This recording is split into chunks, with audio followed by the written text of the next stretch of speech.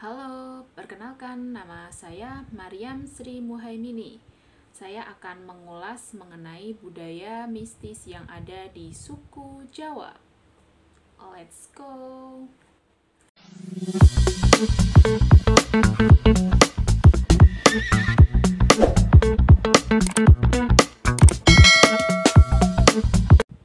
Nah, mengapa budaya Jawa itu terkenal dengan hal yang berbau mistik?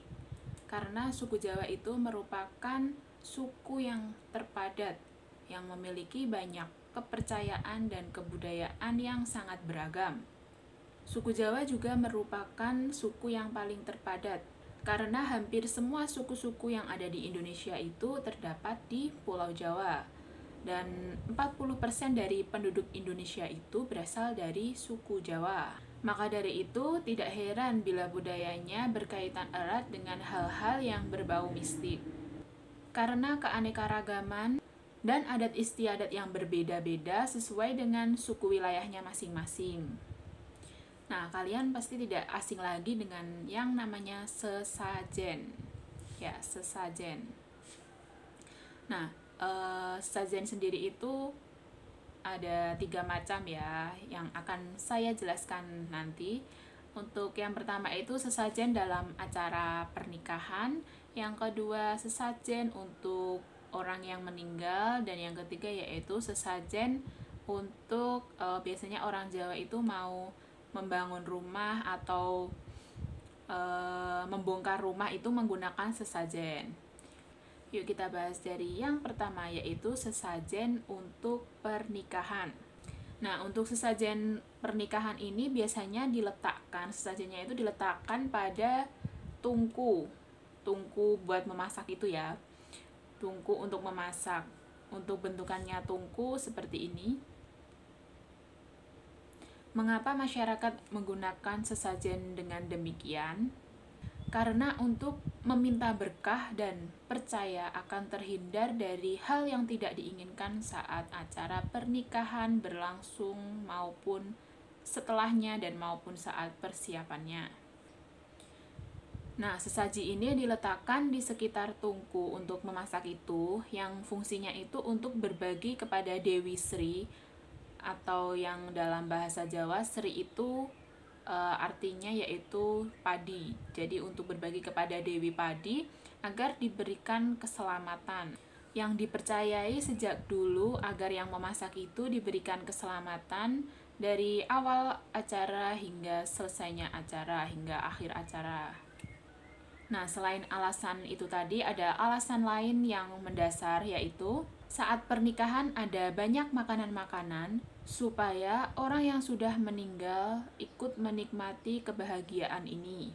Selain itu, karena adanya sesajen ini, orang-orang yang sudah meninggal itu jadi bisa ikut menikmati syukuran pernikahan.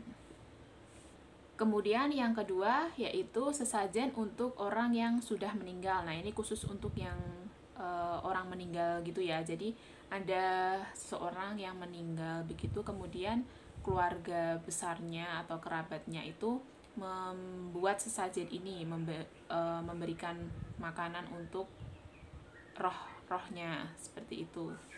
Nah, mengapa masyarakat melakukan hal yang demikian?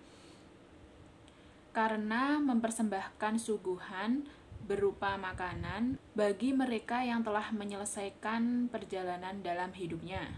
Nah, untuk sesajen untuk orang meninggal ini, makanan dan minumannya itu tergantung makanan kesukaan dari si orang yang meninggal tersebut. Jadi disesuaikan ketika ia masih hidup itu suka makan apa, suka minum apa. Nah, itu yang dipakai untuk sesajinya.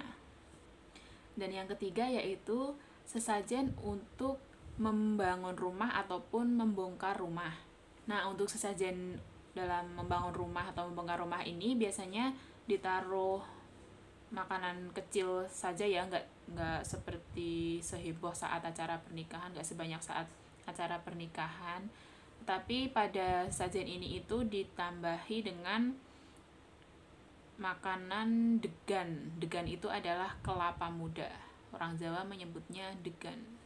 Jadi biasanya untuk sesajen membangun rumah ini diletakkan di sekitaran area yang dibangun itu, di pojok-pojok seperti itu. Nah, tetapi pemahaman masyarakat terkait sesajen ini semakin kesini itu semakin berkurang karena keberadaannya sedikit tergeser dengan budaya-budaya modern saat ini. Sebab ada yang mengatakan hal tersebut itu sangat disayangkan karena hanya membuang-buang makanan dan menghabiskan biaya saja. Berbeda dengan pola pikir orang tua zaman dahulu. Orang tua menganggap tidak baik jika kita tidak menghargai yang sudah menjaganya sesama makhluk hidup, baik yang nampak maupun yang tidak nampak. Nah, itu tadi merupakan sedikit penjelasan mengenai sesajen yang menjadi budaya mistis di suku Jawa. Sekian, bye-bye.